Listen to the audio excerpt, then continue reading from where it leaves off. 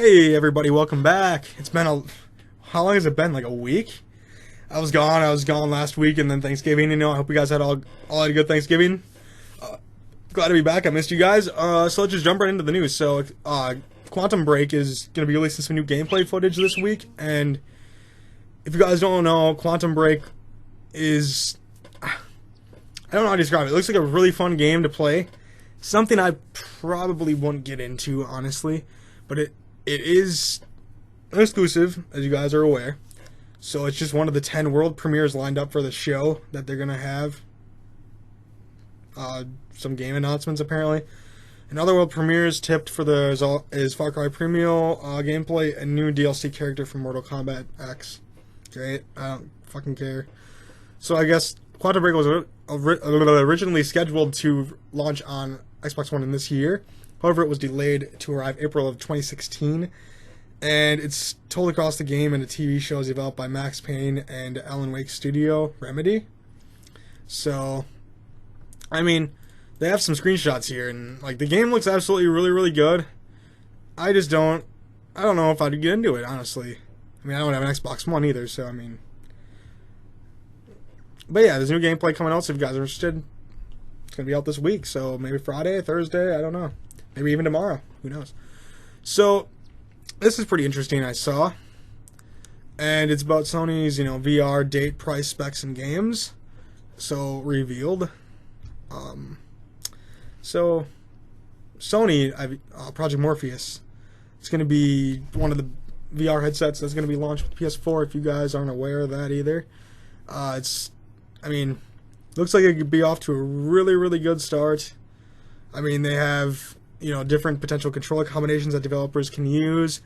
So, they spoke with Montreal International Game Summit, technical account manager. He said, through the PlayStation camera, the PS4 can track a maximum of 4 peripherals, not including the PSVR headset itself. This includes both the standard DualShock controller and the Move batons that Sony has been using to show off its VR titles.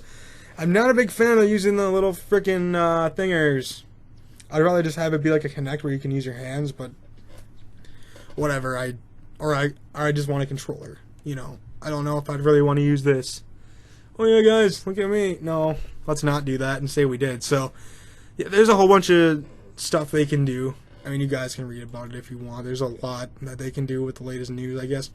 Release date is going to be Q1 of 2016, and it's competing with the Oculus Rift, obviously, because the HoloLens isn't going to be out probably for another 2 years, I would think. And it's not even like the same thing. It's just totally different thing. So they're not competing with that, obviously. And they said whatever device arrives first will have a considerable market advantage. And Sony is going to release as early as Q1. So, January, February, March, even April. Somewhere between there. And it's going to be having additional details at EA, the E3 show, if you guys aren't aware of that.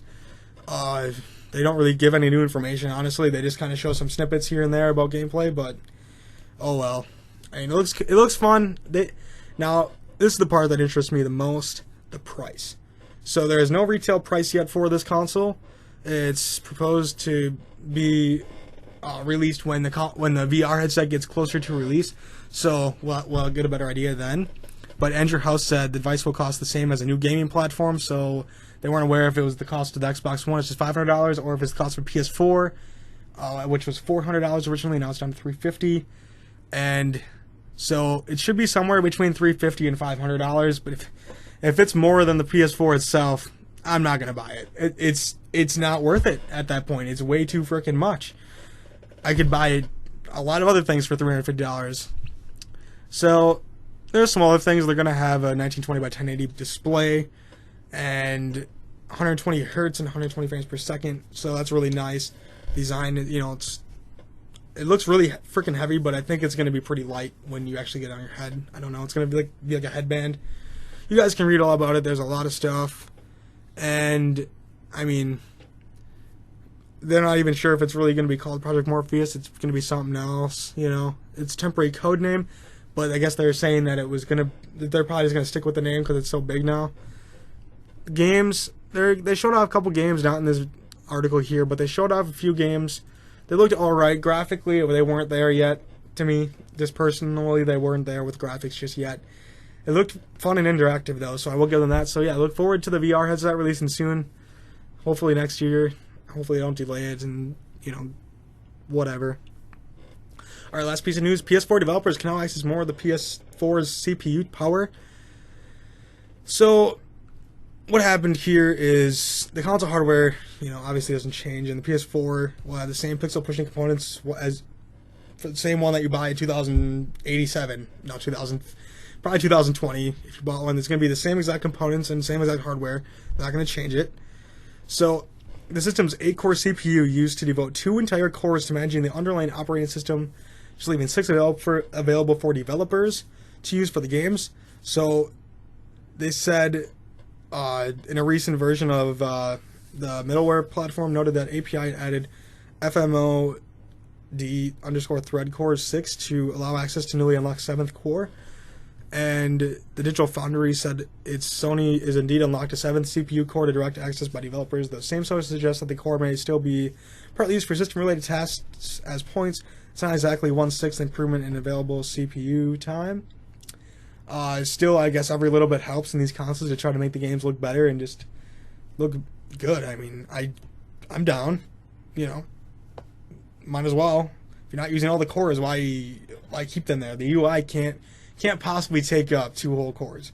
Okay, I think they just put that there as like a placeholder, and now they're like, okay, we didn't really need that much, so now they're going to scale back. It's going to make games look better, run a little bit better.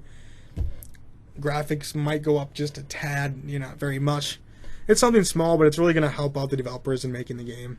So, Sony's move mirrors, Microsoft to the 7th core Xbox CPU that they did late last year for the Xbox One. And it was somewhat limited by the Xbox Kinect-based commands and operating system and everything for the Kinect. So now they open that up, and now it's there. We're going to have a good console race now. I mean, I can't wait to see what's in store, guys. Alright, so that's really all I want to talk about today. Make sure to like this video, comment, and subscribe, and follow me on Twitch, Twitter, and Facebook. I will talk to you guys tomorrow. Have a good one.